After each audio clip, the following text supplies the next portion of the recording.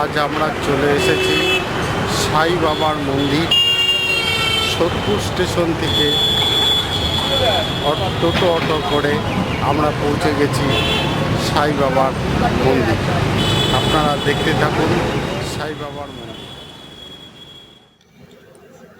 সাই বাবার জীবন কাহিনী সম্বন্ধে আমি যতটুকু জেনেছি বন্ধুরা, আমি ততটুকুই আপনাদের বলার চেষ্টা করছি।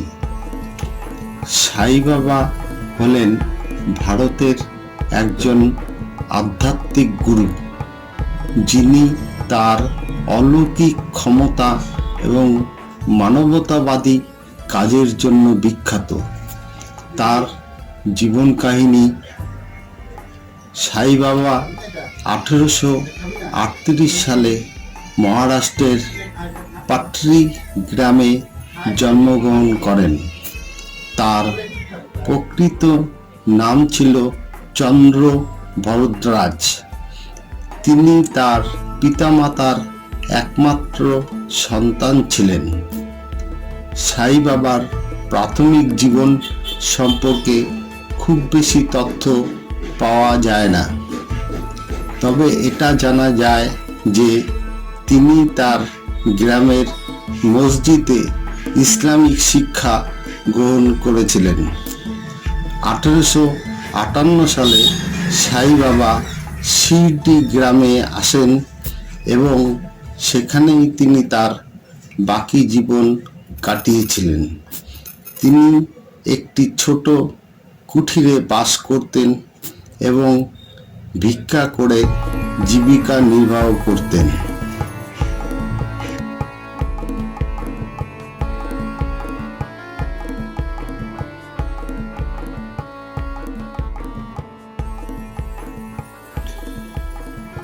শ্রী সাই বাবা হলেন ভারতের একজন সন্ত এবং আধ্যাত্মিক গুরু, যিনি তার অসাধারণ ক্ষমতা এবং অলৌকিক ঘটনার জন্য বিখ্যাত। তিনি 1838 সালে মহারাষ্ট্রের পাটরি গ্রামে জন্মগ্রহণ করেন এবং 1918 সালে মহাসমাধি লাভ করেন। শ্রী সাই বাবা তার জীবনের প্রথম দিকে একজন ফকির হিসাবে বেড়াতে থাকতেন এবং ধ্যান ও তপস্যা করতেন। তিনি শীঘ্রই তার আধ্যাত্মিক ক্ষমতা এবং অলৌকিক ঘটনার জন্য পরিচিতি লাভ করেন এবং তার কাছে অনেক ভক্ত আসতে থাকেন। শ্রী সাই বাবা তার জীবনের শেষ দিকে সিউড়ি গ্রামে বসবাস করতেন, যেখানে তিনি তার সমাধি মন্দির নির্মাণ করেছিলেন। তিনি তার মৃত্যুর পরেও তার ভক্তদের আশীর্বাদ ও সহায়তা প্রদান করেন বলে বিশ্বাস করা হয়।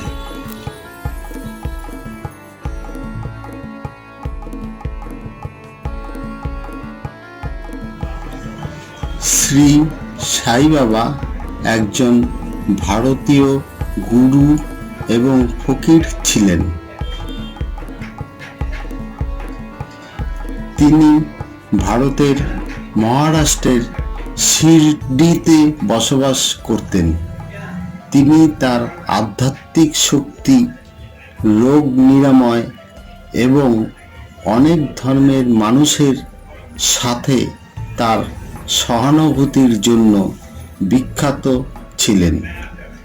তিনি হিন্দু এবং মুসলমান উভয় ধর্মের মানুষের দ্বারা সমানভাবে সম্মানিত হন এবং তার মূর্তি এবং মন্দির ভারতের বিভিন্ন অংশে পাওয়া যায়।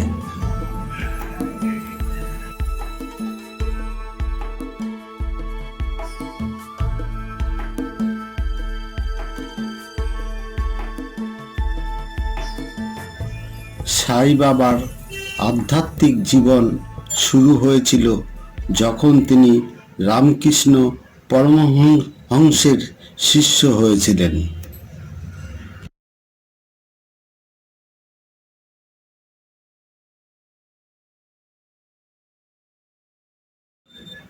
সাই বাবার পিতার নাম গঙ্গা ভক্ত এবং মাতার নাম দেবাঙ্গীর আম্মা।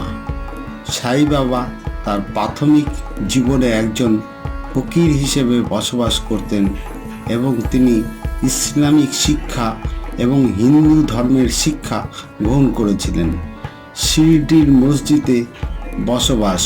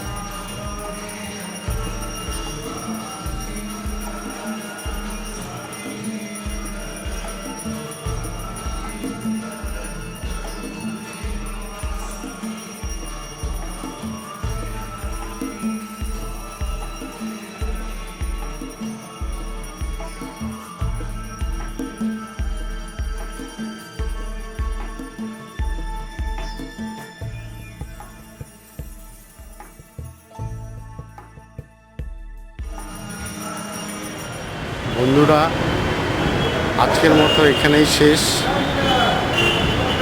আমি আপনাদের জন্য লড়াই করে যাচ্ছি, দেখি কত দূর এগোতে পারি। হ্যাঁ, পারলে একটু সাবস্ক্রাইব করে দেবেন, লাইক করে দেবেন। নমস্কার।